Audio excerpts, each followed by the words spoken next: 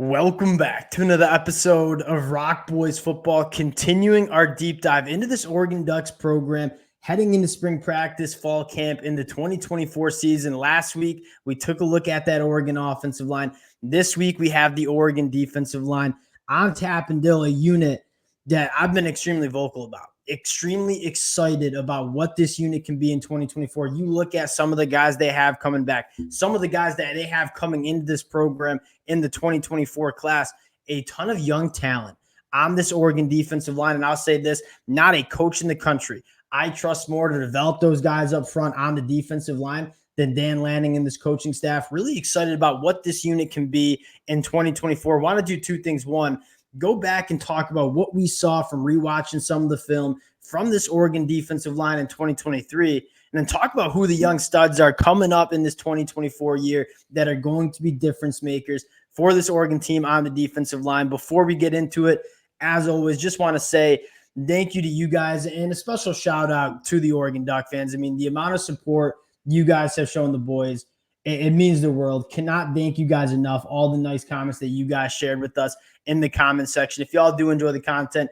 consider subscribing to the channel. More importantly, and the best part about these deep dives is talking ball, learning from you guys in the comment section. Would love to hear your thoughts, your opinions on this defensive line. And Dill, I'll give you the T-box here, this Oregon defensive line. Let's start with what we saw in that 2023 year.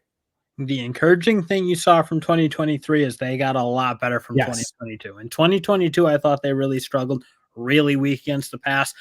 In 2023, you saw them stiffen up. I mean, they played really good against the run. I thought they were physically not dominant, but like they were there and they were present and they were just not the reason Oregon ever lost any games. But I think if you're going to take that step as a program and go do, I think, what Dan Lanning was brought in to do and go compete for national titles year in and year out, I think you need some guys on the defensive line who are game wreckers. And you just didn't see any of that, especially in the pass rush. They just didn't have those guys who won really consistently in their one-on-one matchups. I think you nailed it. I think, one, what you're most excited about is the improvement. And we said it, like, if there's a guy we're trusting to get this defensive line right year after year, it's going to be Dan Lanning. And it's important. It feels like he's been there forever. He's only going into year 3 with this program. And we had a long conversation before we pressed record on this saying, how do we want to talk about this Oregon defensive line? Because by no means are we going to get up here and say this Oregon defensive line wasn't good in 2023. It's more of the conversation of how does Oregon get over that hump, take that next step. And we think on the defensive line can certainly be an area where they really get after it. And Dill, kind of to back up what you said, I mean, really good against the run, 3.5 yards per carry allowed. That was top 25 in the country. I'm more looking at the pass rush win rate and the pressure percentages. Not a single Oregon defensive lineman had over a 12% win rate last year. And they had some guys, right? Brandon Dorlus, going to be a phenomenal NFL player. Jordan Burch coming back for next year is massive. But what you're looking for is when you're winning on first and second down, forcing those teams in those third and long situations, who is your guy that is going to pin your ears back and make kind of that game-changing play? Who is going to be your playmaker on the defensive line? And if you're Oregon, that's what you're looking for heading into 2024. You look at the sack count, right? Brandon Dorlus had 5 sacks. Their next sack leader at 4.5 sacks was Evan Williams. Oftentimes, Oregon went to pressure to get after the quarterback because I think at times that defensive line didn't quite get after enough as I think Dan Lanning wish it would have. Yeah, and when you saw him coaching at Georgia, that's kind of what you would always notice is they didn't need – I mean, they'd bring their pressure at times when it made sense to do it, but it wasn't like their baseline of how they rush the passer. I think if Georgia or Oregon, that is going to get like really nasty on defense and like kind of look like the old school Georgia Dan Lanning defense, it will start again with what you said, getting some guys up there at that 15+% win rate. Because if you can do that with 1 or 2 guys, I think that changes the whole complexion of this defense. Yeah, and I think that's where you want to start. So let's look at some of those edge defenders that are coming back in 2024 and coming in that 2024 class. And I'm going to start with Jordan Burch. And I know me and you might disagree a little bit on Jordan Burch. I think he has extremely high upside. Like, there was a reason he was a 5-star top 10 national prospect coming out of high school. You started seeing him put it together. And I think last year at Oregon was his best year. And I remember 12 months ago when he committed to Oregon out of the transfer portal, banging the table for. I mean, this is a guy that can take leaps under Dan Lanning and the Oregon Ducks. And I think you saw him get better. Him coming back for one more year, I mean, that's one of the guys that you're looking at, your difference maker, trying to find guys that are going to be extremely disruptive.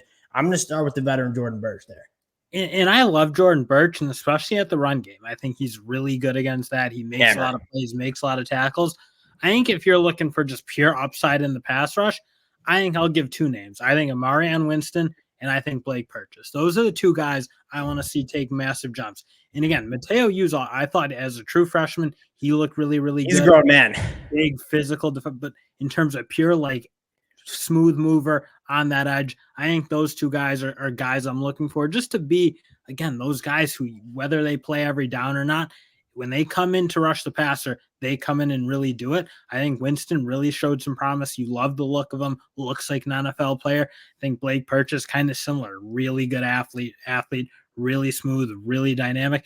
Those two guys I'm looking for to have big years. Because I think what excites you the most, and it's such a prevalent conversation in this era of college football where you have so many guys coming back for their 6th and 7th years of college football. These guys are young. Like Mateo Blake Purchase only going into year 2 of college football. And what does that mean? Why am I highlighting that? Is that means that growth curve is accelerated, right? You don't see many guys when you're going into year 6, you kind of know what those players are. And that's no knock on the veterans, just like how much improvement are you going to see from year 5 to year 6? Probably not much. Know where you see a ton of improvement year 1 to year 2, especially with those guys along the line of scrimmage. So if you're an Oregon fan, you are extraordinarily excited for Mateo and Blake Purchase and those kind of young cats to take that next step, not only get in their body. You know who else is on that list probably is Tuioti. And I think, again, not that like pure pass rusher, but kind of that dynamic, can blitz from the inside, can blitz off the edge, like more of that Swiss Army knife rusher. I thought he really showed some things. Probably a more versatile player than the other true freshmen they have in playing that like that Funamas role. I think again, another one of those young guys. I thought they started to show some real promise. If those guys all kind of blossom into something, I think you really got something. And I, as a recruiting nerd, I'm going to throw out a true freshman here, and that's Elijah Rushing. And this is a guy that he needs to probably get that body, continue to get right, but you can't teach the things that he's bringing to the table. I mean, 80-plus inch wings, a ton of length, knows how to use that length. He gets in, and you kind of teach him how to harness some of those physical traits that he has. Dale, you're talking about smooth. You're talking about looking the part. Like, wait till you get Elijah Rushing on campus. He certainly looks the part. He'd be a guy that you look at that 2024 class and say probably could be a difference maker for Oregon year 1. Now, moving on to the inside, you lose some veteran guys that really were just stalwarts on that defense the last couple of years. You're looking at a unit that is going to have to rely on some young talent. And I was kind of banging the table for Oregon to go out and get a guy on the inside. And they did that with Caldwell. And I think that massively helps the depth and talent level of this unit heading in. Though Caldwell will start with on the inside, a guy that I think can stuff the stat sheet. But again, a guy that is going to be hammer on the inside, sit on those double teams, allow linebackers, allow other guys on that defensive line to be successful. A guy that you kind of know what you're getting. He's going to be very solid. Dill, I'm going to let you cook here. Amari Washington, guy you're extremely excited about. Let's hear it. Yeah, I mean, you really only got to see him in that bowl game towards the end. But again, just kind of looking a little different. When he got his hands on guys, it looked like it stunned him a little more. And again, Popo, Taimani, guys who are like good, solid players, but I just like you felt something different. I felt a little more electricity, a little more power, a little something closer to like, again, I don't just want to keep bringing up Dan Lanning's Georgia defenses, but when you saw Jalen Carter or Devontae Wyatt put their hands on people, it felt different. It kind of looked like if you were that really good kid in high school and you could just push people around. That's kind of what it felt like. Again, it's hard to project what Amari in Washington is going to be, but I did like the way he looked in that game. I like the body like just looking a little bit different. And another guy that you're just excited about going into year 2. Like, some of these guys are young. They still have a lot of work to do in terms of reshaping their body and then learning the sport of football at the collegiate level. I would chalk him under like you're monitoring, you're keeping your ear to the spring practice notes and trying to figure out what Amari Washington can do. And that's kind of a note that I'm interested to talk about is you have guys, and we'll talk about Aiden Breland and Jericho Johnson and Zadavian Sims, all true freshmen. I wonder if Dan Lanning is kind of taking the approach of, all right, let's see how spring practice goes and see kind of what we have. Are some of these guys ready to kind of be that guy year one? And if they're not, I would certainly not be surprised if Oregon in that second portal window, and I mean, guys aren't going, the portal is going to be a thing throughout the spring. Like, the people just keep trickling in. So I think Dan Lanning, that's a position where you're kind of looking at and saying, if we know what we have with some of these true freshmen and they're able to come in year one and be guys, then maybe we don't need to. But I think he's evaluating that position and seeing, oh, we might need to add another veteran on the inside. But and that's the interesting part, because you look at the guys who are, I mean, those two guys you mentioned, both kind of in that 300+ pound range. And that is a little different. You go look back at some of the old classes. I mean, freshmen coming in at 270, 265 at that defensive line position. I mean, those two you mentioned, Johnson and Breland, are coming in, they're college size. I mean, they look the part. Jericho Johnson, especially, really big. And if you can just get, because I don't think you need like those guys to be your top end performers. At the end of the day, you kind of hope Washington, Ben Johnson, those guys kind of play out. Obviously, Jamari Caldwell, those guys kind of play at the level you want to see them play at.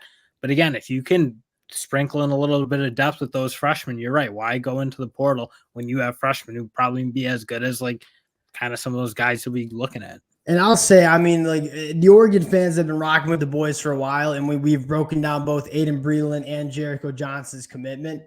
Jericho Johnson, I know Aiden Breland's the higher ranked guy, and Aiden Breland coming from out of day, I really like his game. He is carrying 290 pounds exceptionally well, and he has no problem getting up to 300 pounds. Would not be surprised if he's a guy early. Jericho Johnson, you talk about carrying 360 pounds extremely well. He is a dancing bear out there. I think he's going to be special, and he has the physical body to play early. I'm going to be, I can't wait till spring practice starts and start reading about what you're hearing from some of those guys, because you take a look at Aiden Breland, Jericho Johnson. I'd even throw in Zadavian Sims, who again is a little bit smaller, but another guy that I really like coming out. I mean, I think some of those guys, at least two of them, are going to be guys that can play for Oregon in 2024. Dill, that'll do it now. I think the conclusion, to kind of tie a bow on this conversation, is that this was an Oregon defensive line, that took a step from 2022 to 2023. And I think you want to see another step in 2020, going into that 2024 year. And if you get that, I mean, you start looking at that linebacker room, you start looking at that secondary room. This is going to be an Oregon defense. We know this offense is going to put up a lot of points. This Oregon defense can be really, really good if they kind of get it out of some of these young cats on that defensive line. Really excited for this defense heading into 2024. Next week, offensive skill. We might have to do a 30-minute episode on that. Got a lot of names to talk about. Appreciate you guys rocking with the fellas again. The Oregon fans, you guys continue to show a ton of love. Can't thank y'all enough. If y'all do enjoy the content, consider subscribing to the channel. We'll talk to y'all later.